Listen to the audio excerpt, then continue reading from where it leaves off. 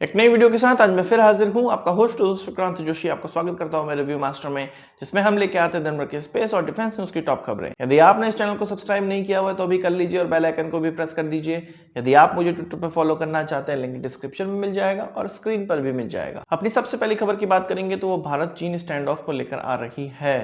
अब ये खबर आने लगी है कि चीन भारत पर यह दबाव बनाने लगा है कि भारत पहले डी-एस्केलेशन की शुरुआत करे और जिन हाइट्स पर कैप्चरिंग की है भारत ने, उससे वो पीछे हट जाए। और चीन ये कह रहा है भारत से कि भारत मीडिया में ये कह सकता है, अन्य लोगों को ये कह सकता है कि चीन पहले पीछे हटा था और ये इसका वो खंडन बिल्कुल नहीं करेंगे और इसका सारा क्रेडिट भारत ले सकता है और वो पीछे हट जाए और इसके बाद ही चीन पीछे हटेगा। चीन को ये पता है कि भारत में मीडिया किस प्रकार से काम करती है और चीन ये सोच रहा है कि इसी बहाने उसको इन सब जंजालों से छुटकारा प्राप्त हो जाएगा। भारत मुझे नहीं लगता कि पीछे हटने वाला है, क्योंकि हमने कई बार ये सुना है कि भारत यदि पीछे हटता है पहले तो चीन यदि कुछ और कार्रवाई करता है तो हम तुरंत से एलएसी पर नहीं पहुंच सकते। हमारा लॉजिस्टिक इतना अच्छा नहीं है जितना कि चीन का है, इसलिए भारत इस जो उपाय है उसके बारे में कम ही सोच रहा है। पर चीन की जो मेंटेलिटी है वो मैं आपको बता रहा हूं कि चीन भारत को इस चीज के लिए प्रेस कर रहा है कि भारत पीछे पहले हटे, तभी जाके चीन पीछे हटेगा। तो मेरा यहाँ पे ये कहना है कि भारत की इतनी अच्छी स्ट्रेटेजिक पोजीशन है, चीन परेशान है हमसे, पर इस पर भी हमें ढील नहीं देनी चाहिए और मुझे नहीं लगता कि हमें पीछे हटना चाहिए। वैसे जो लोग इस चीज़ पर डील कर रहे हैं वो हमसे ज़्यादा जानकार हैं और वो अपनी जानकारी के मुताबिक अच्छा ही काम कर रहे होंगे, पर जो मीडिया रिपोर्ट्स निकल कर आ रही है उसमें यही पता चल रहा है कि चीन मीडिया में भारत को ये अलाउ कर रहा है कि चीन पीछे हटा ऐसा बताया जा सके, पर वो पीछे पहले हटने को तैयार नहीं हो रहा है। वहीं जो लद्दाख तक ये स्टैंड ऑफ था, अब इसके अरुणाचल प्रदेश में पहुंचने की संभावना अब बहुत ज्यादा बढ़ गई है। वो किस कारण से मैं आपको बताता हूं।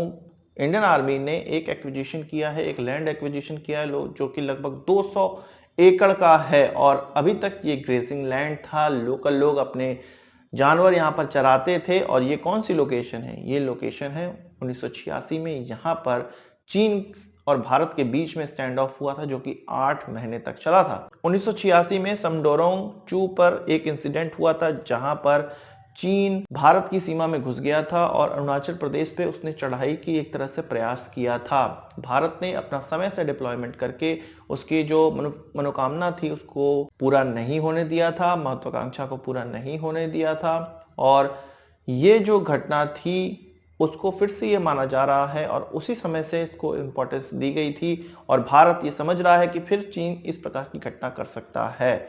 इसीलिए भारत अब इस इलाके में 200 एकड़ की जो लैंड है उसको एडमिनिस्ट्रेशन से कह के डिफेंस मिनिस्ट्री के अंदर शामिल करना चाह रहा है, यानी कि उसका एक्विजिशन कर रहा है और यहाँ पर जो डिफेंस एस्टेब्लिशमेंट है उससे रिलेटेड चीज़ें यहाँ पर बनेंगी ताकि चीन को यदि किसी समय जवाब देना पड़े इस लोकेशन से या चीन इस लोकेशन से अंदर आने का प्रयास करे तो उसको मुंह तोड़ जवाब दिया जा सके। बात करें चाबहार पोर्ट की तो 12 अक्टूबर को भारत को यह कह दिया गया है कि चाबहार पोर्ट में जो भारत का इन्वेस्टमेंट है उस पर कोई भी यूएस का सैंक्शंस नहीं लगने वाला है और ये जो भारत को इत्तला की गई वो अब जानते हैं कि 2+2 मीटिंग चल रही है। भारत और अमेरिका के जो डिफेंस मिनिस्टर हैं और फॉरेन मिनिस्टर हैं दोनों के बीच में 2+2 मीटिंग चल रही है, उससे पहले ही कन्वे कर दिया गया था और जैसा कि मैंने बताया 12 अक्टूबर तो बहुत दिन पहले ही कन्वे कर दिया गया था, कुछ 15 दिन पहले ही कन्वे कर दिया गया था और ये माना गया है कि जो यहाँ पर चाबहार पोर्ट भारत डेवलप कर रहा है वो अफगानिस्तान को एक ह्यूमैनिटेरियन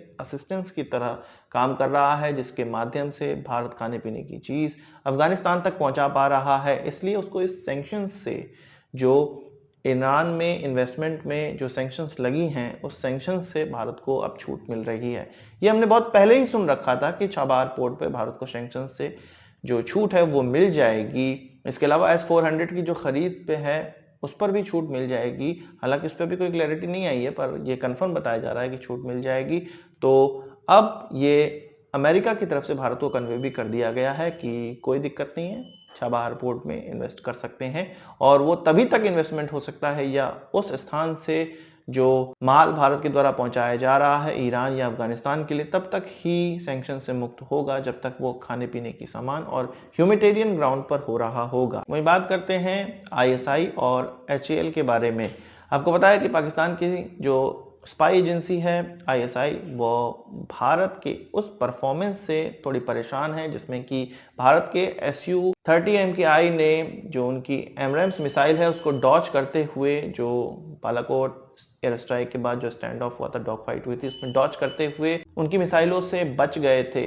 तो आईएसआई ये चाहती थी कि किन जैमर्स के माध्यम से, जो इजरायली जैमर्स उसमें लगे हुए हैं या इलेक्ट्रॉनिक वॉरफेयर सूट लगे हुए हैं, उसके माध्यम से किस प्रकार से ये मिसाइल से बच सके, उसकी जानकारी वो चाहती थी। इसी कारण से आपको पता है कि HAL नासिक में एक व्यक्ति पकड़ा गया था जो कि जासूसी का काम कर रहा था, हनी ट्रैप में उसको फंसाया गया था और पाकिस्तान वो जानकारी भेज रहा था। तो इसी में निकलकर सामने आया है कि वो इस जैमर का जानकारी चाह रहे थे। हम जानते हैं कि इस विमान में ELM-8222 self protection jamming pot लगा हुआ है और इसी का इस्तेमाल इन मिसाइलों को डॉच करने में किया भी गया था। हालांकि जो मनोवर है उसके कारण भी डॉच किया गया था, पर इन जैमिंग पॉट्स के माध्यम से भी आसानी हो जाती है इन मिसाइलों को डॉच करने में। तो इसी की जानकारी लेने के लिए ये जो भारत में जो हनी ट्रैप किया गया था HAL के एम्प्लॉय को, वो अब पता चल रहा है। वहीं बात करते हैं भारत, पाकिस्तान और सऊदी अरेबिया के रिश्तों की। आपको पता है कि आजकल ब्लैक डे बहुत खेला जा रहा है। भारत ने 22 अक्टूबर को ब्लैक डे मनाया और ये सही ब्लैक डे था। कश्मीर में पाकिस्तान का इन्वेजन जब हुआ था, जब उन्होंने कबायलियों को बेचा था और कश्मीरी लोगों को कत्ल किया गया था, तो 22 अक्टूबर को ऐसा हुआ था। और पाकिस्तान जो ब्लैक डे मनाता है, कश्मीर ब्लैक डे मनाता है, वो 27 अक्टूबर को मनाता है, जब भारतीय आर्मी ने पाकिस्तान के खिलाफ, उनके कबाइली लोगों के खिलाफ जो कार्रवाई है उसको स्टार्ट किया था और भारतीय आर्मी कश्मीर में सबसे पहली बार पहुंची थी।